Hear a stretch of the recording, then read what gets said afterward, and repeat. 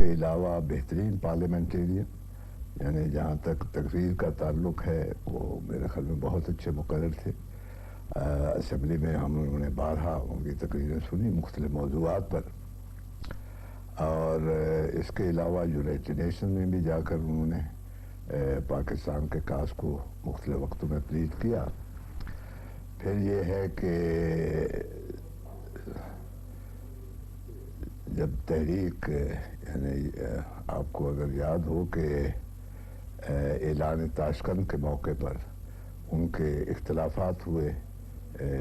Field marshal Ayub Khan سے،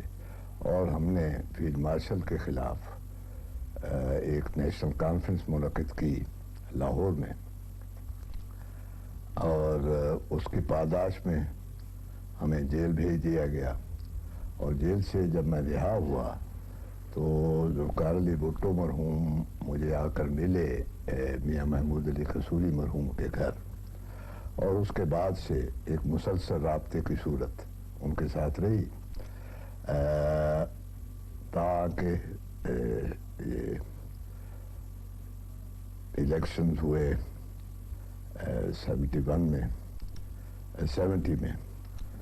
اور اس وقت انہوں نے ویسٹ پاکستان میں خاصی اکثریت حاصل کی۔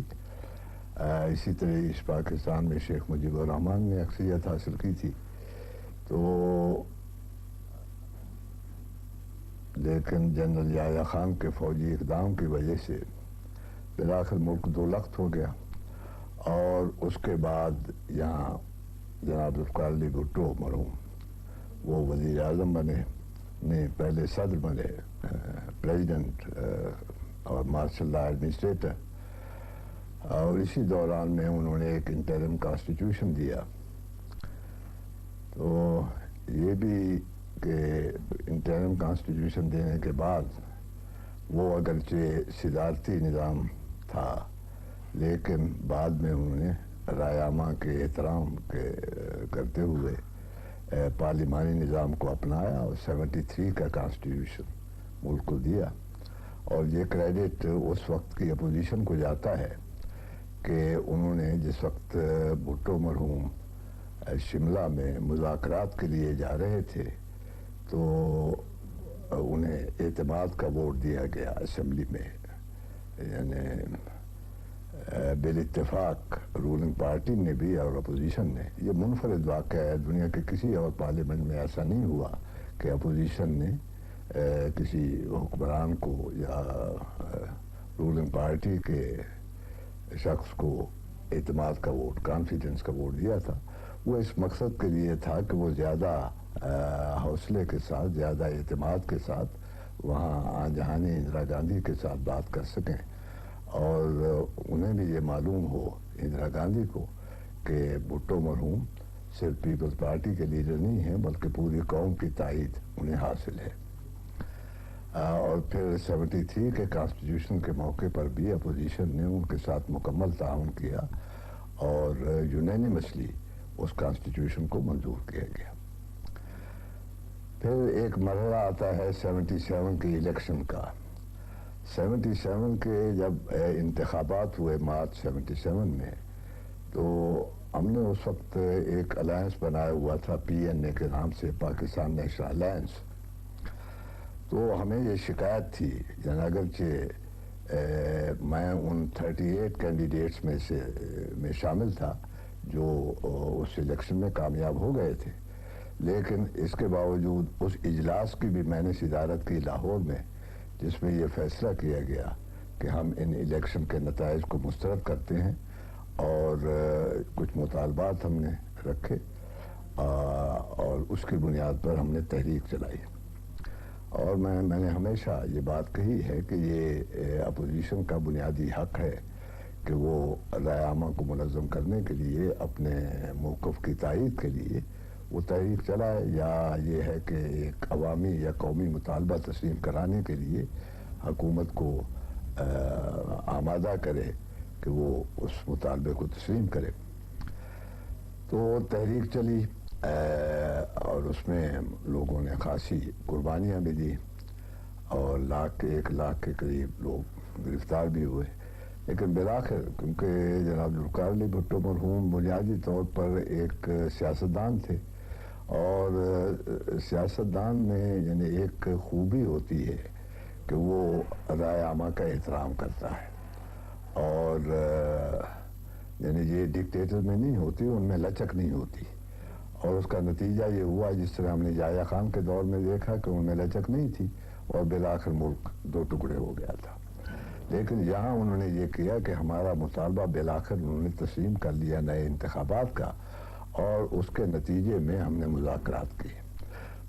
ان کی مذاکراتی ٹیم میں وہ خود تھے، اور ان کے ساتھ عبدالحفیظ پیرزادہ صاحب اور جناب مولانا کوثر نیازی مرحوم، اور جو ہماری ٹیم تھی اس میں مولانا مفتی محمود مرحوم اور میرے علاوہ پروفیسر غفور احمد صاحب تھے۔ تو وہ طویل مذاکرات ہوئے، اور اس میں بالآخر 32 نکات ہم لے کر گئے تھے، 31 نکات پر سمجھوتا ہو گیا تھا، اور میں نے یہ جنرل ضیاء الحق مرحوم کی زندگی میں بھی یہ بات اکثر کہی تھی کہ حتیٰ کہ 8 اکتوبر 77 کی تاریخ تک طے ہو گئی تھی نئے انتخابات کے لیے۔ اس لیے وہ جو مارشل لا مسلط کیا گیا ملک پر، وہ یکسر بلا جواز تھا، اس کا کوئی جواز، کوئی جسٹیفیکیشن نہیں تھی، کیونکہ بھٹو مرحوم وہ تمام مطالبات تسلیم کر چکے تھے، حتیٰ کہ ایک امپلیمنٹیشن کونسل بھی، یعنی اس کے بارے میں بھی فیصلہ ہو گیا تھا کہ وہ جو عبوری عرصہ تھا انتخابات تک، اس میں یعنی برابر کی تعداد میں پی این اے اور پیپلز پارٹی کے ارکان وہ اس کے حکومت کے کاروبار کی نگرانی کریں گے، اور اگر ان میں کوئی اختلاف ہو تو 72 گھنٹے کے اندر سپریم کورٹ فیصلہ دے گی، اور وہ فیصلہ یعنی دونوں پارٹیز کو قبول کرنا ہوگا۔ تو یہ صورت ہو گئی تھی۔ تو اس دوران بے شمار واقعات ایسے آئے، اور اس سے پہلے بھی، کہ ہماری آپس میں ملاقاتیں ہوتی رہیں۔ ایک چیز میں واضح کر دینا چاہتا ہوں کہ میں نے ہمیشہ یہ کوشش کی ہے کہ تمام تر اختلافات کے باوجود بھی، یعنی جہاں تک سوشل مراسم ہیں وہ باقی رہنے چاہیے، کیونکہ یہی فرق ہے ڈکٹیٹرشپ میں اور ڈیموکریٹک پروسیس میں، کہ وہاں ڈائلاگ کا سلسلہ جو ہے، مذاکرات کا سلسلہ وہ جاری رہتا ہے، اور جہاں تک ڈکٹیٹرشپ کا تعلق ہے وہاں مذاکرات کی بات نہیں ہوتی، اور وہ بالجبر اپنی بات منوانا چاہتے ہیں۔ تو میں نے بھٹو صاحب مرحوم میں یہ خوبی دیکھی ہے کہ وہ بلا کے ذہین تھے، اور جب بھی کوئی ایسی صورتحال پیدا ہوتی تھی کہ رائے عامہ ان کے خلاف ہو جائے یا کوئی پریشر ہو پبلک کی طرف سے، تو اسے قبول کرنے کے لیے تیار ہو جاتے تھے۔ تو یہ بہت بڑی خوبی تھی ان میں، اور میں سمجھتا ہوں کہ ان میں یعنی جہاں اگر وہ الیکشنز وغیرہ میں یہ اختلافات نہ ہوتے اپوزیشن اور ان کے درمیان، تو ہو سکتا ہے کہ وہ بڑی آسانی سے،